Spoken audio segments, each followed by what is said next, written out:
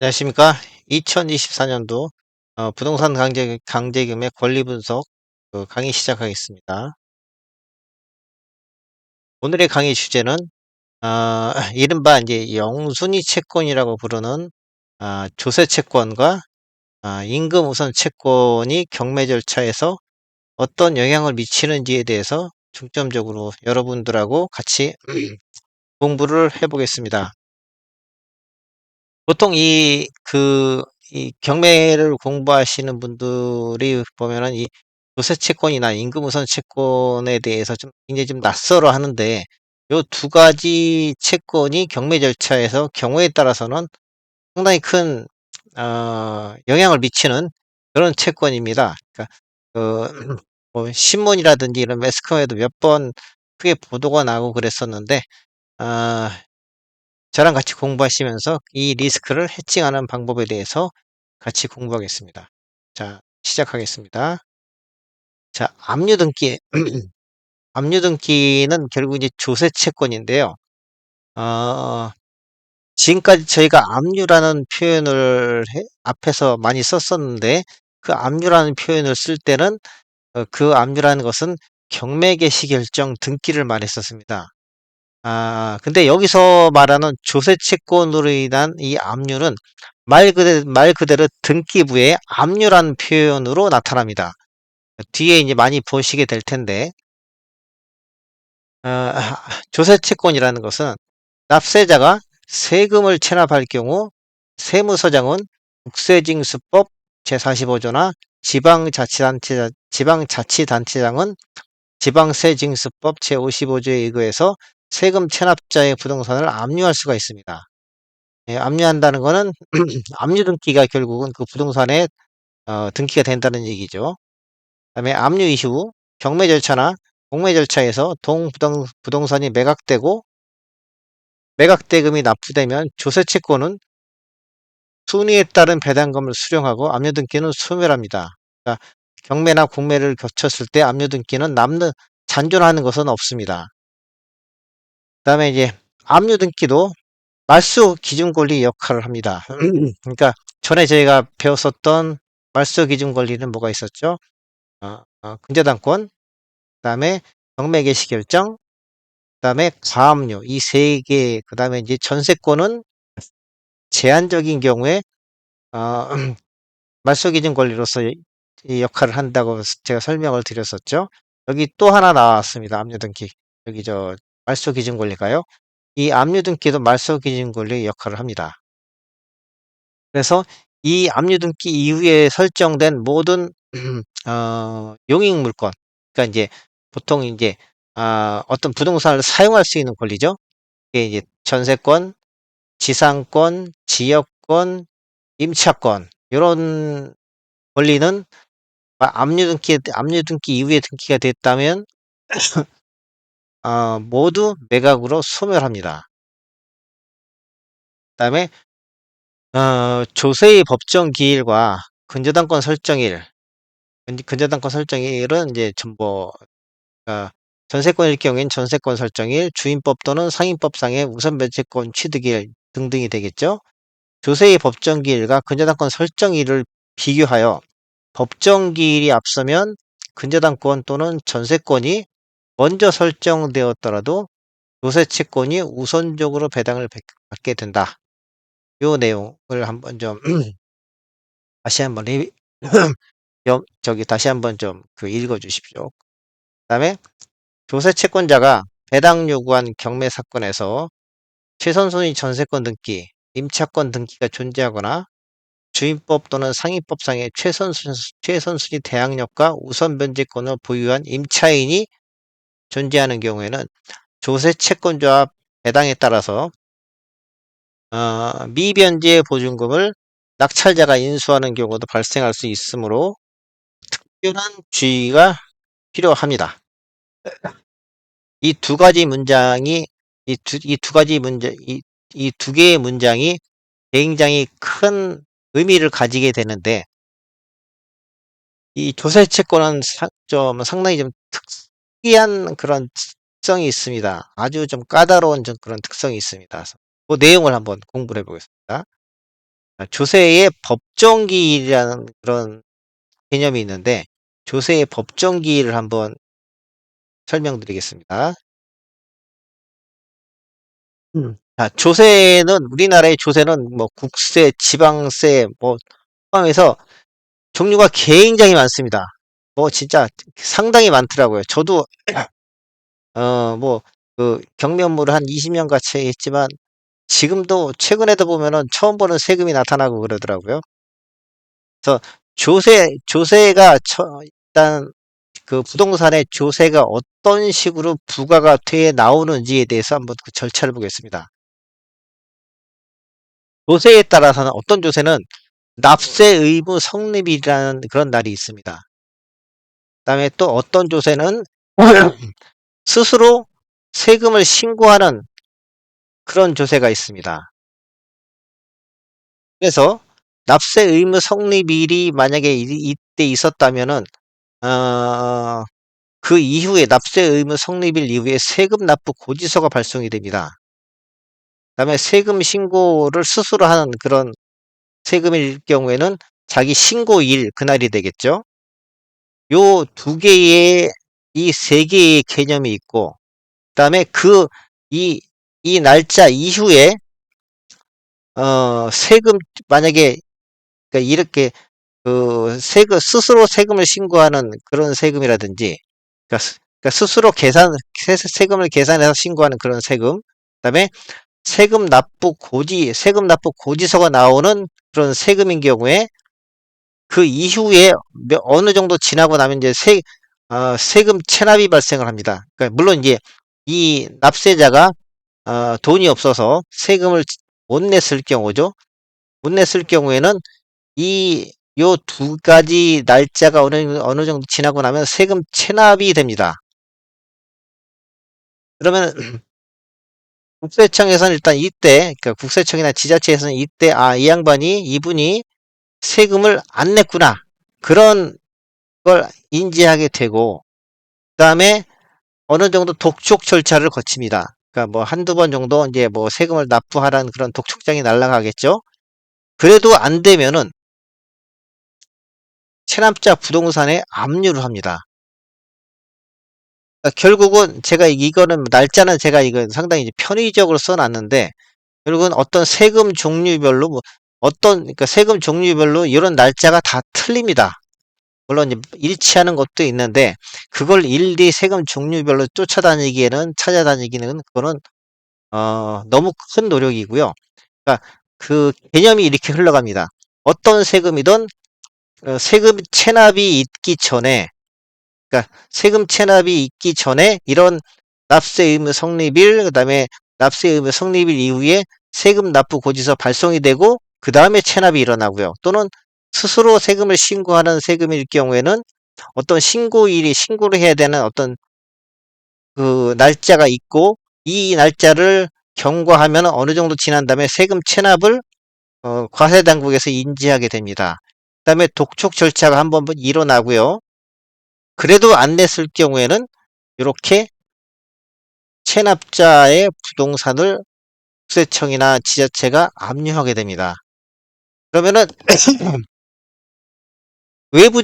외부에 있는 사람이 이 사람이 어, 세금을 체납을 했구나를 알 수 있는 시점은 이때는 절대 모르죠. 저희가 알 수 있는 방법이 없죠. 외형적으로는 일단 외형적으로는 알 수 있는 방법이 없고 요때 가서 이 양반이 세금을 체납을 했구나 알 수 있게 됩니다. 근데 만약에 압류가 되기 전에 임차권을 이 납세자 소유 부동산에 임차권을 설정했든지 또는 주택임대제법이나 상인법상의 우선 변제권을 취득을 했다든지 했을 경우에 설정일이 압류일보다 더 앞서죠. 근데 배당 순위는 뒤집니다. 왜냐하면은 요 두 가지 개념을 조세에서는 요 두 가지 날짜를 법정기일이라고 부르고 있습니다. 그러니까 결국은 어 압류가 되기 전에 어떤 세금 체납이 일어나고, 세금 체납이 있기 전에는 이런 날짜가 이미 지 경과를 한 거죠. 경과를 한 상태인 거죠. 이런 날짜가 경과를 해서 세금 체납이 일어나고, 세금 체납 이후에도 얼마 지나서 압류가 들어오니까요. 결국은 압류가 들어왔다는 거는 이미 그 훨씬 전에 이런 납세 의무 성립일, 신고일 또는 발송일이라는 이런 날짜가 기일이 이미 경과가 된 겁니다. 근데 조세에서는 이 날을 법정기일이라고 부르고 있습니다. 법정기일이라고 불러가지고서 만약에 요때, 그러니까 부동산에 압류가 들어오기 전에 어떤 그 부동산에 대해서 권리를 취득한 어떤 제3자가 있을 경우에는, 이 사람은 이 사람이 처음에 이 부동산의 어떤 권리를 설정을 받을 때는 이 부동산은 깨끗했었죠. 아무런 압류 등기나 이런 것도 없었습니다. 완전히 깨끗한 부동산이었는데, 근데 들어와서 보니까 이미 조세의 법정기일이 경과한 조세 채권이 이미 이 사람한테, 이 납세자한테 부과가 돼 있는 거죠. 그러면 이 사람은 이 부동산이, 이 납세자가 세금을 체납했다는 걸 공식적으로 아는 날은 결국은 요때 됩니다. 요 압류가 들어왔을 때. 이러니까 요런 문제 때문에, 그러니까 결국은 이때 권리를 취득한 임차인은 자기는, 본인은 깨끗한 부동산에 들어왔는데 어느 날 보니까 이런 날벼락이 떨어지는 거죠. 그래서 요런 문제가 사회적으로 굉장히, 이 이슈가 사회적으로 상당히 많이 문제가 됐었습니다. 지금도 되고 있고요. 그래가지고서 요즘에는 부동산 임대차 계약을 체결을 할 때 임대인이 세금이 체납이 돼 있는지 안 돼 있는지를 갖다가 알 수 있는, 조회해보는 그런 제도가 있습니다. 그래서 이 사람이 비록 압류는 안 돼 있을지라도 이 사람이 체납한 세금이, 조세가 있는지 없는지를 알아보고서 알아봐야 되겠죠. 만약에 있으면은 이 사람은 이때 거금을 주고 어떤 임차권이나 어떤 권리를 취득을 하면 안 되겠죠. 그게 이 압류 조세 채권의 조세 채권의 비극이 바로 여기서 시작됩니다. 그러니까 제3자가 알 수 있는 방법은 압류가 들어와야지 쉽게 알 수가 있는데, 그 전에 이미 그 선순위 권리를 취득한 조세 채권이 이렇게 형성돼서 발생돼서 있다는 거를 갖다가 이 제3자는 알 수 있는 방법이 딱히 없습니다. 그래서 물론 이제 뭐 제도적인 보완 때문에 아까 말씀드린 어떤 그 체납조세의 유무를 갖다가 조회해보는 그런 절차가 있긴 합니다. 자, 그래서 요런 법정기일 개념이 경매로 넘어가면은 또다시 한번 또 다른 비극을 만들어냅니다. 다음 시간 정도 되면 저희가 이제 그걸 갖다 배우게 될 겁니다. 자, 다음 장 보겠습니다. 조세채권 우선 원칙이라는 게 있습니다. 민사집행법에 따른 부동산 경매나 국세징수법에 따른 공매 절차에서 조세채권, 국세, 지방세, 그다음에 이 세금의 가산세 및 가산금까지도 포함됩니다. 이 조세채권은 일반 채권에 비해서 우선하여 징수한다. 이거는, 이 이유는 조세라는 거는 국가 경영의 기초 재원인 조세의 우선 확보를 위하여 일반 채권, 뭐 대출 채권도 되고요, 대우 채권도 되고, 어떤 경우는 임차보증금 채권도 됩니다. 일반 채권에 비하여 변제의 순위에서 우선권을 부여를 하고 있습니다. 결국은 조세라는 거는 국가를 경영하는데 필수적인 어떤 재원이다 보니까 이런 일반 채권에 비해서는 동순위가 아닌, 이게 만약에 조세가 일반 채권이라면 이런 다른 채권하고도 동순위가 되겠죠. 이런 것들보다는 우선해서 우선권을 부여하겠다는 그런 취지입니다. 이게 조세채권 우선의 원칙입니다. 근데 여기에 단 예외가 있습니다. 단 조세의 법정기일 이전에 설정된 저당권, 전세권의 피담보 채권이나 대항력 및 확정일자를 갖춘 임차보증금 채권에 대해서는 우선하지 않는다. 결국은 아까 앞에서 본 그 조세의 법정 기일 그 이전에 이런 권리를 취득한 어떤 그 이해관계인, 그리고 그다음에 대항력 및 확정 일자를 갖춘 임차인은 이 우선권, 조세의 우선권이 있음에도 불구하고 이 우선권을 인정하지 않는다는 거죠. 그래서 법정 기일이 저당권 설정일이나 확정일자보다 앞서면 비록 압류등기가 저당권 설정일이나 확정일자 이후일 경우라도 조세채권이 선순위로 배당받게 되는 그런 결과가 됩니다. 아까 앞에서 설명드렸었죠. 그 다음에 한 당해세는 특정 부동산 당해세는 법정기일 이전에 설정된 저당권 등의 피담보 채권, 임차보증금 채권에 우선한다는 이런 조항이 있습니다. 그러니까 이게 요게 요게 일단 조세 채권의 일반론이고요. 그다음에 요거의 단서 조항이 요겁니다. 법정기일 이전에 설정된 전세권의 피담보 채권보다는 저당권의 피담보 채권보다는 우선하지 않는다는 여기 이제 단서 조항이고요. 요 단서 조항이 또 다른 단서 조항이 요 조항입니다. 그러니까 결국은 조세의 법정기일 이전에 설정된 저당권이라 하더라도 당해세는 또 조세가 앞선다는 내용입니다. 현장하겠죠? 그다음에 여기 또 하나의 단서 조항이 있습니다. 당해세일지라도 법정기일이 주택 임차보증금 채권의 확정일자보다 늦은 경우에는 우선하지 않는다. 이게 이제 최근에 이런 그 조세와 임차보증금 채권의 우선순위와 관련해 가지고서 이제 많은 문제가 발생하다 보니까 과세당국에서 아주 일부를 갖다 양보를 했어요. 원래 당해세는 그 임차보증금 채권보다도 임차보증금 채권이 먼저 권리를 취득했더라도 당해세는 앞서잖아요. 근데 임차보증금 채권인 경우에만은 그 경우에도 우선하지 않겠다는 일부 뭐 서민들의 어떤 뭐 주거권을 갖다가 이제 배려하기 위해서 요 단서정이 또 생겼습니다. 이 조세채권이 그 상당히 좀 이렇게 좀 평이하진 않습니다. 좀 복잡합니다. 그렇지만 이 강의를 들으시면은 그렇게 뭐 어렵진 않으실 거예요. 다음 보겠습니다. 여기서 당해세라는 얘기가 나오는데 당해세라는 게 뭐냐? 그 내용을 한번 보겠습니다. 당해세란 특정 경매 부동산 자체에 대하여 부과된 조세를 말합니다. 사례를 보겠습니다.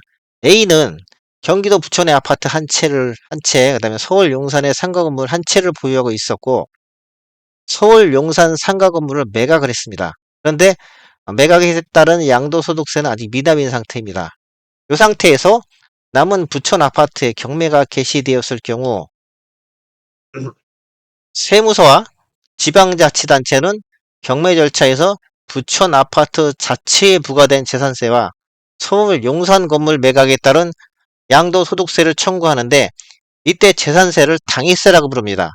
즉 당해세라는 것은 경매 대상 부동산 자체에 부과된 조세입니다. 이 A라는 사람이 체납한 세금은 이 부천 아파트의 자체에 대해서 부과된 세금과 그다음에 용산 상가 건물을 매각하고서 안 낸 양도소득세 이 두 가지가 있죠. 이 두 가지 세금 중에서 부천 아파트 자체에 대해서 부과된 세금은 당해세라고 부릅니다. 그래서 당해세라는 이런 이제 용어를 갖다가 뭐 법률 용어로 이제 활발하게 쓰고 있습니다. 당해세라는 개념이 바로 요겁니다. 그다음에 체납 처분의 예에 따라 징수되는 공과금 채권이 있습니다. 뭐 각종 보험료, 뭐 의료보험료, 국민연금 보험료 이런 것들을 말하는 겁니다. 요거는 납부기한 이후 설정된 경우의 선순위입니다. 즉 보험료 등의 납부 기한과 저당권 설정에 대해 선호에 따라서 우선순위를 결정을 합니다. 요거는 좀 등장하는 그 횟수가 좀 상당히 좀 그렇게 많지는 않습니다. 그래서 오늘 저 조세의 일반 원칙에 대해서 조세 채권의 뭐 특징에 대해서 오늘 좀 그 이론적인 공부를 했습니다. 그래서 오늘 강의는 시간이 많이 지났으니까 여기까지 하고요. 다음 시간에 요 조세 채권이 실제 어떻게 작용을 하는지에 대해서 아주 스펙타클한 그런 강의를 제가 해보겠습니다. 오늘 강의는 여기서 마치겠습니다. 이상입니다.